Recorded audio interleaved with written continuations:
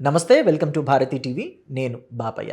YCP cockroach వాదన, Jagan political sketch, Lokesh రాజీనామా అని చెప్పి ఈ వీడియోకి నేను ఒక టైటిల్ పెట్టాను. అంటే ఆంధ్రప్రదేశ్ మాజీ ముఖ్యమంత్రి వైఎస్ఆర్ కాంగ్రెస్ పార్టీ అధినేత వైఎస్ జగన్మోహన్ రెడ్డి, ఆంధ్రప్రదేశ్ విద్యా ఐటీ శాఖల మంత్రి, టీడీపీ యువనేత నారా లోకేష్ని టార్గెట్ చేయడానికి పొలిటికల్ స్కెచ్ రెడీ చేసుకున్నారా? అందుకే వైఎస్ఆర్ కాంగ్రెస్ పార్టీ అధికార ప్రతినిధులతోటి కాక్రోచ్ వాదనని తెర మీదకి తీసుకొస్తున్నారా? లోకేష్ రాజీనామా చేయాలని చెప్పేసి అందుకే వాళ్ళంతా పట్టుబడుతున్నారా అని అంటే పొలిటికల్ వర్గాలన్నీ కూడా అవుననే అంటున్నాయి.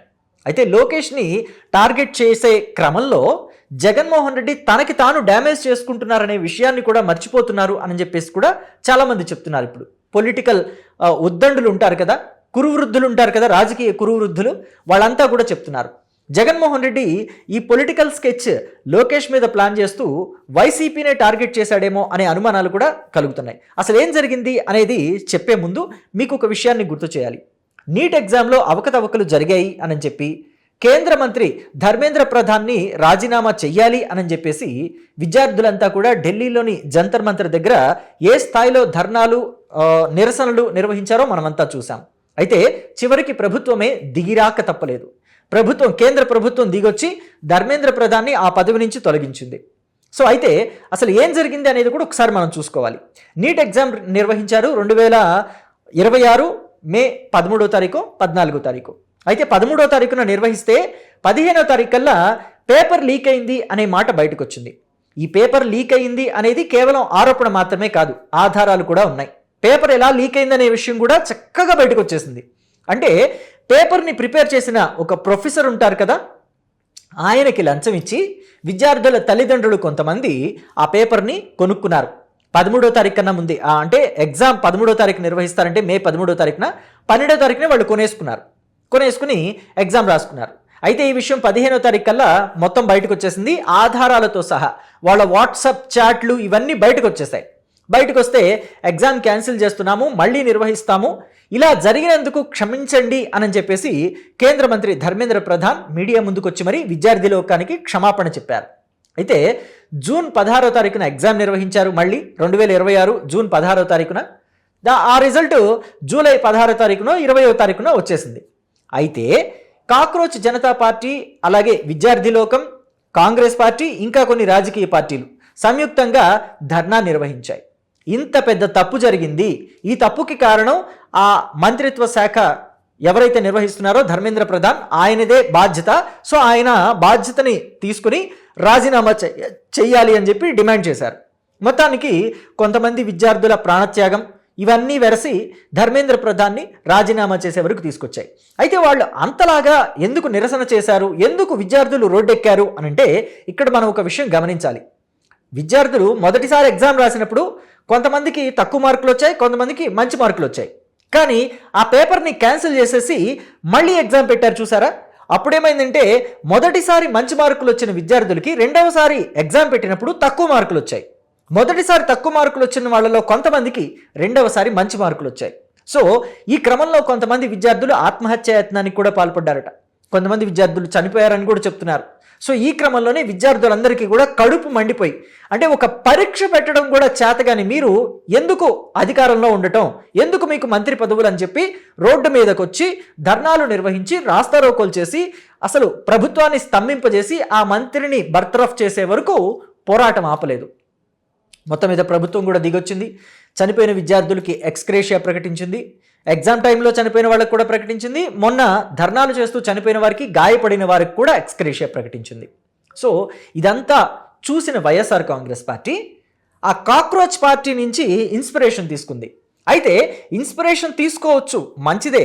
తప్పు జరిగితే పోరాటం చేయాలనే ఇన్స్పిరేషన్ తీసుకోవాలి, కాదనటం లేదు. జరిగిన తప్పుకి నోరు మూసుకొని ఉండాలి అనేది కూడా తప్పే. తప్పు జరిగితే ఖచ్చితంగా ఎదురొడ్డి నిలబడాలి, పోరాటం చేయాలి. అయితే అసలు తప్పే జరగకుండా పోరాటం చేస్తానంటే, తప్పు చెయ్యని వాళ్ళ మీద బట్టకాల్చి మొహానేస్తాను అని అంటే ఇది తప్పు కదా. వైసీపీ ఈ తప్పే చేయబోతోంది.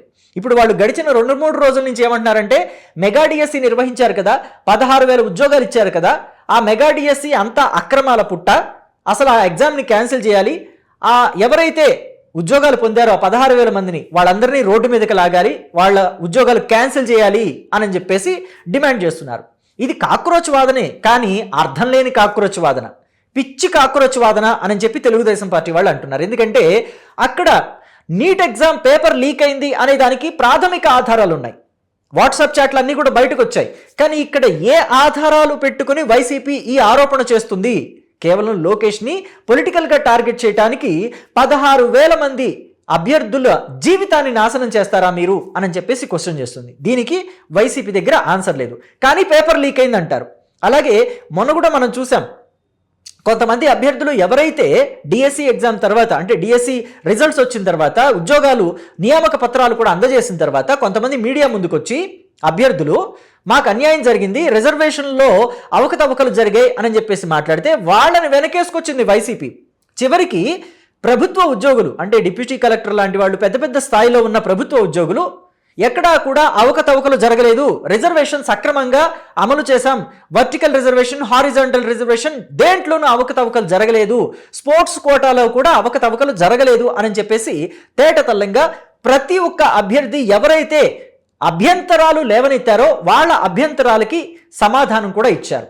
అయినప్పటికీ ఇప్పటికీ కూడా ఎక్కడ ఒక్క చోట కూడా ఆధారం లేకపోయినా, ఎక్కడ ఒక్క చోట కూడా అవకతవకలు లేకుండా చక్కగా పరీక్ష నిర్వహించి అభ్యర్థులకి నియామక పత్రాలు అందజేసిన తరువాత కూడా ఇప్పుడు వైసీపీ అన్యాయం జరిగిపోయింది, డిఎస్సిలో అక్రమాలు జరిగాయి, పేపర్ లీక్ అయింది అని అంటూ వాదిస్తోంది. అంటే దీన్ని కాక్రోచ్ వాదన అనాలా, అర్థం లేని కాక్రోచ్ వాదన అనాలా? మీరే కమెంట్ బాక్స్లో తెలియచేయండి. అయితే ఇక్కడ ఎందుకు వైసీపీ అంతలా గగ్గోలు పెడుతుంది అంటే రీజన్ లేకపోలేదు. వైఎస్ఆర్ కాంగ్రెస్ పార్టీ 2019లో అధికారంలోకి రాబోయే ముందు ఎలక్షన్ల టైంలో, ఎలక్షన్ల ప్రచారంలో జగన్మోహన్ రెడ్డి ఒక మాట మాట్లాడేవారు. కొత్త సంవత్సరం వస్తుందంటే క్యాలెండర్ రావడానికన్నా ముందు, న్యూ ఇయర్ క్యాలెండర్ రావడానికన్నా ముందు జాబ్ క్యాలెండర్ రిలీజ్ చేస్తాము అని చెప్పి హామీ ఇచ్చారు. కానీ 5 ఏళ్ల పరిపాలనా కాలంలో ఒక్కసారి కూడా జాబ్ క్యాలెండర్ రిలీజ్ చేయలేదు, డిఎస్సి నిర్వహించలేదు. అభ్యర్థులు ఎన్ని ఆశలు పెట్టుకుని జగన్మోహన్ రెడ్డికి ఓట్లేశారు, వాళ్ళ ఆశలన్నీ గంగపాలు చేశారు. కొంతమందికి అయితే అసలు ఏజ్ కూడా బారైపోయింది. సో వాళ్ళంతా ఇబ్బంది పడ్డారు, వాళ్ళంతా ఆక్రోశించారు. మరి దాన్నంతా కూడా టాపిక్ డైవర్ట్ చేయాలంటే ఇప్పుడు వైఎస్ఆర్ కాంగ్రెస్ పార్టీ కూటమి ప్రభుత్వం చేసిన ఘనకార్యాన్ని, లేకపోతే మంచి పని ఏదైతే ఉందో అది తప్పు అని ఈ లోకానంతటికి, ఈ ఆంధ్రప్రదేశ్ ప్రజలకి, ఓటర్లందరికీ కూడా చూపించే ప్రయత్నం చేయాలి. అదే ఈ కాక్రోచ్ వాదన. సో ఢిల్లీలో కాక్రోచ్ జనతా పార్టీ ఎలాగైతే ధర్నాలు చేసిందో మేము కూడా అలాగే ధర్నాలు చేస్తామని అంటారు.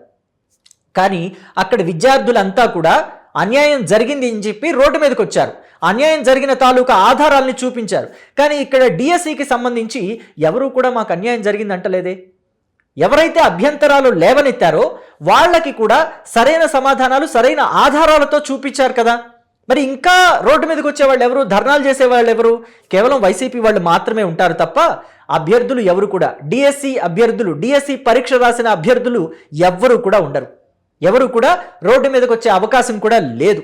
సో కాబట్టి రాజీనామా లోకేష్ చేయాలా, లేకపోతే అసలు జగన్మోహన్ రెడ్డి తన పొలిటికల్ పంధా మార్చుకోవాలా అని చెప్పి కూడా ఇక్కడ ప్రశ్నలు ఉత్పన్నమవుతున్నాయి. సో అందుకనే నేను టైటిల్లో అలా పెట్టాను, లోకేష్ రాజీనామా అని చెప్పి క్వశ్చన్ మార్క్ కూడా పెట్టాను. సో జగన్మోహన్ రెడ్డి ఇలాగే చేస్తే తన పొలిటికల్ కెరియర్ క్లోజ్ అవటమే కాదు, వైఎస్ఆర్ కాంగ్రెస్ పార్టీ అసలు పూర్తిగా మూసేసుకోవాల్సిన పరిస్థితి వస్తుంది.